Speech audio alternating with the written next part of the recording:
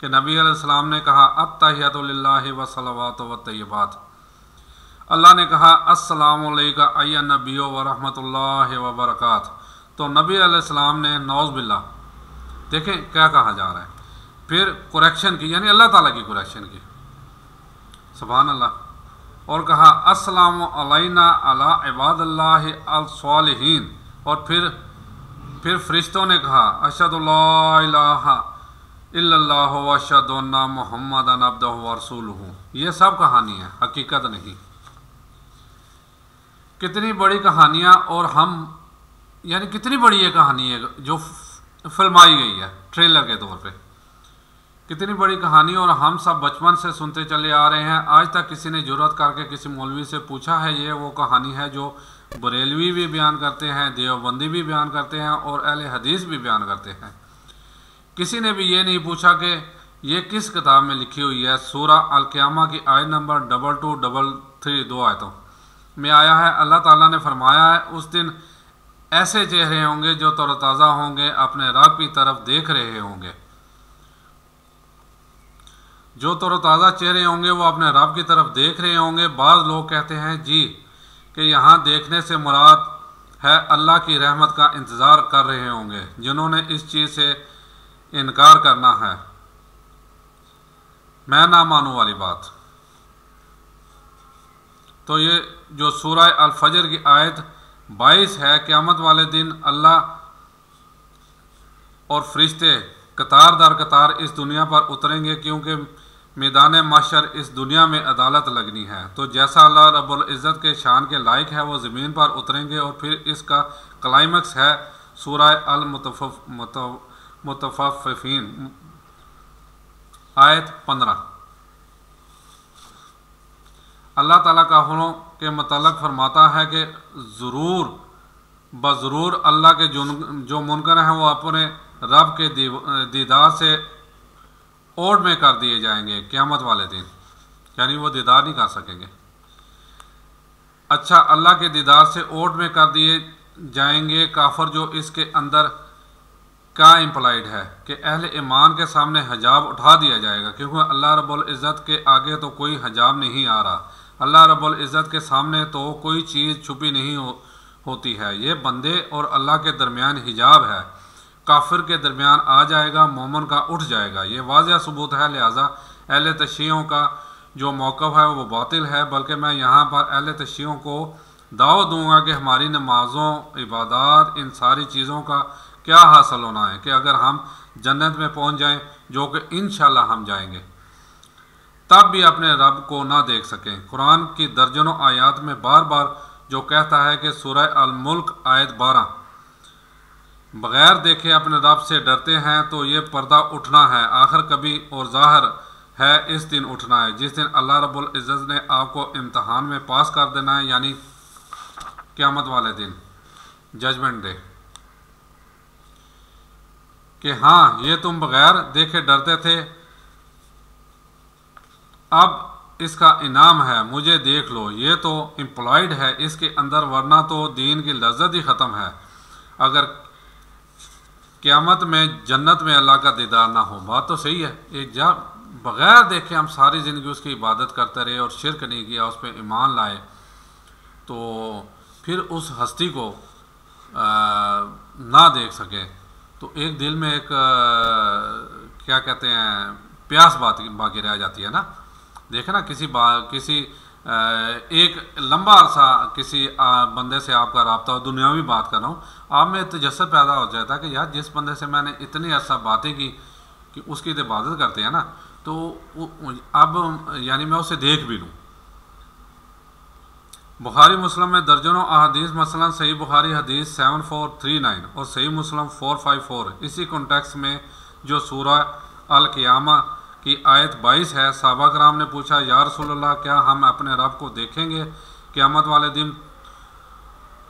تم ضرور اپنے رب کو دیکھو گے۔ نبی کریم صلی اللہ علیہ وسلم نے فرمایا 14ویں رات کا چاند جب چھایا ہوتا ہے اور کوئی بادل نہ ہو تو تمہیں اس چاند کو دیکھنے میں کوئی تکلیف محسوس نہیں ہوتی۔ یہ دیکھیں 14ویں رات میں پوری آب آپ کے ساتھ وہ چاند چمک رہا ہوتا ہے، اور اگر بادل نہ ہو پھر تو یعنی بڑے آرام سے بندہ اسے دیکھتا ہے۔ یعنی اس چودھری چاند کی اس کے ساتھ تشبیہ دی ہے کہ جیسے چودھری والے چاند کو آپ بڑے آرام سے دیکھتے ہو، بڑے سکون سے دیکھتے ہو، اور آپ کی آنکھوں کو خیرہ بھی نہیں کرتا، ایسے آپ اپنے رب کو دیکھو گے۔ اور کوئی بادل نہ ہو اور تمہیں اس چاند کو دیکھنے میں کوئی تکلیف محسوس نہیں ہوتی، سورج کو دیکھنے میں تکلیف ہوتی ہے، چاند کو دیکھنے میں نہیں ہوتی، بالکل تم اس طریقے سے اپنے رب کو بھی دیکھو گے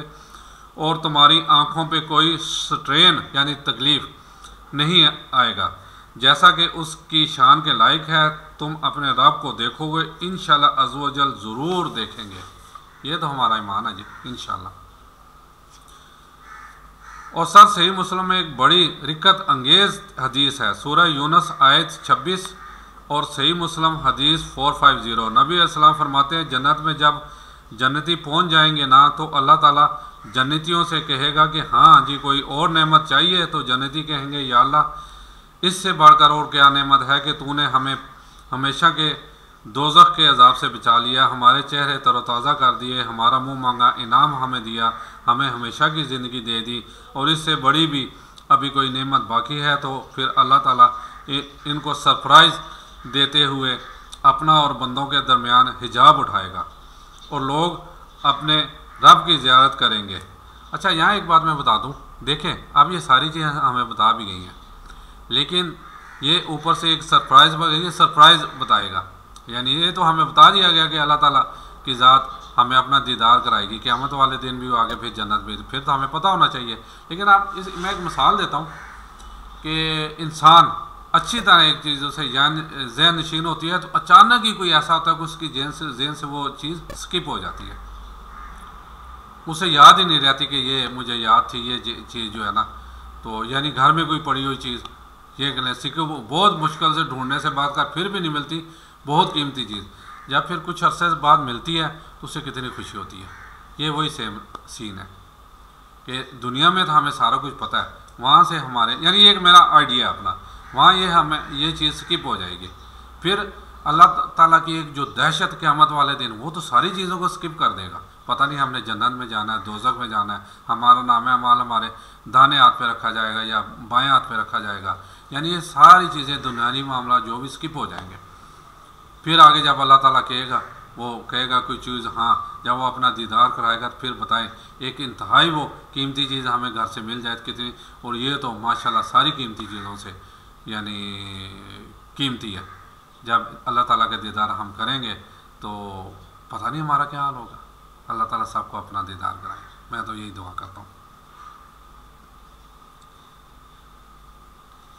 جی۔ تو پھر اللہ تعالیٰ ان کو سرپرائز دیتے ہوئے اپنا اور بندوں کے درمیان حجاب اٹھائے گا اور لوگ اپنے رب کی زیارت کریں گے، اور جب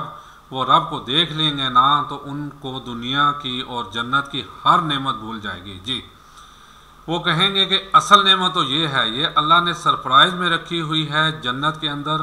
یہ صحیح مسلم حدیث 450 ہے۔ پھر نبی علیہ السلام نے کہا چاہو تو قرآن پڑھ کے دیکھ لو، یعنی قرآن میں موجود ہے سارا کچھ۔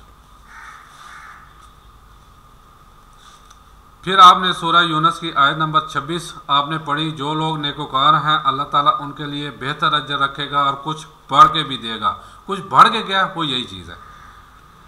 اور پھر یہ جو بڑھ کے ہیں سب سے بڑھ کے اللہ کا دیدار انشاءاللہ تعالی۔ اور پھر صحیح مسلم کی وہی حدیث جو پہلے بیان کر چکا ہوں 7356 جو دجال والی میں نے بیان کی، تم میں سے کوئی اپنے رب عز و جل کو نہیں دیکھ سکتا یہاں تک کہ وہ مر نہ جائے جی۔ مرنے کے بعد انشاءاللہ تعالی اللہ کا دیدار ہوگا۔ میں اسے یہیں روکتا ہوں، اگلی انشاءاللہ قسط میں باقی چیز بیان کروں گا۔ آپ امید کرتا ہوں کہ یہ میری یہ ویڈیوز کم از کم معراج النبی کی ضرور سب دیکھیں گے، پھر آپ کو اصل حقیقت بالکل 14ویں کے چاند کی طرح میں کہتا ہوں آپ کے سامنے یہاں ہو جائے گی کہ اصل معاملہ کیا ہے یہ معراج النبی کا۔ امید کرتا ہوں اس پہ آپ مجھے ضرور کمنٹس دیں گے۔ اجازت چاہتا ہوں، السلام علیکم ورحمۃ اللہ وبرکاتہ۔